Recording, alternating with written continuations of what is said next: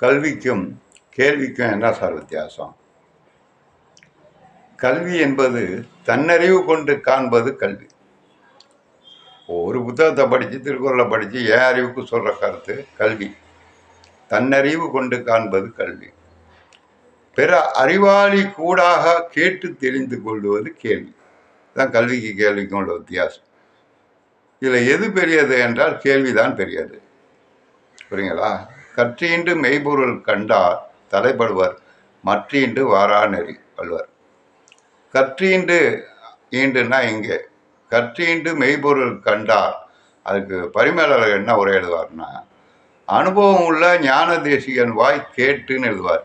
இங்கே கற்று என்பதை கேட்டு என்று எழுதுவார் பரிமேலழகர். அப்போ கேட்டுன்னா என்ன?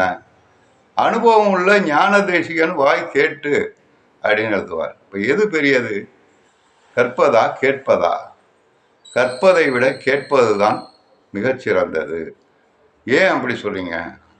இது அனுபவம் உள்ள ஞான தேசிகன் வாய் கேட்டு, அதாவது ராமாயணத்தையோ மகாபாரதத்தையோ திருக்குறளோ நம்ம படிச்சுட்டு நம்ம சொந்த அறிவுக்கு கருத்தை முழுசாக தெரிஞ்சுக்க முடியாது.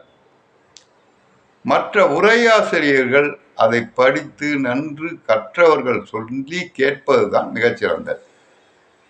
நான் சொல்றது புரியுங்களா? இருங்க. அதாவது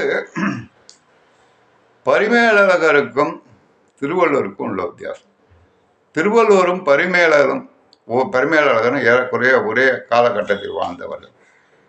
இவர் என்ன சொல்ல நினைக்கிறார்? இப்போ அகர முதல எழுத்தெல்லாம் ஆதிபவன் முதற்றே உலகு, அதை நம்ம சொந்த அறிவுக்கு படிக்கிறோம். என்ன அப்போ எழுத்துக்கள்லாம் மானா முதல் எழுத்து, அவ்வளோதான் நம்மளுக்கு தெரியும். ஆனால் இதை என்ன சொல்ல நினைக்கிறார் என்பது பொருள் அளவிலே பரிமேலழகருக்கு தெரியும். இப்போ 2 பேர் போயிட்டு காணுவான், தம்பி நாளைக்கு அங்கே போகலாமா அப்படிமா. அவன் சொல்கிறது, அவன் என்னத்துக்கு போகலான்னு சொல்கிறது அவனுங்களுக்கு தான் தெரியும். நம்மளுக்கு ஏதாவது தெரியுமா? இவன் சொல்லுவான், ஏய் நேற்று அந்த மாம்பழத்தை பார்த்தியாம்மா. சரி, இவன் ஏதோ காய் பழத்தை சொல்லிட்டு இருக்கான்னு நம்ம நினச்சிக்கிட்டு இருப்பான். அவனுக்கு தான் தெரியும் இந்த மாம்பழம்னு சொன்னது அந்த பொண்ணை சொன்னது. அதே போல் பரிமேலழகர் வாழ்ந்த காலத்தில் நன்கு கற்று கேட்டு தமிழ் இலக்கணம்லாம் தெரிந்தவர்கள். எனவே வள்ளுவர் என்ன சொல்ல நினைக்கிறார் என்பது பொருள் அளவிலிருந்து சொல்லுக்கு வருவார்கள். நாமெல்லாம் சொல்லுலேன்னு தான் பொருளுக்கு போவோம்.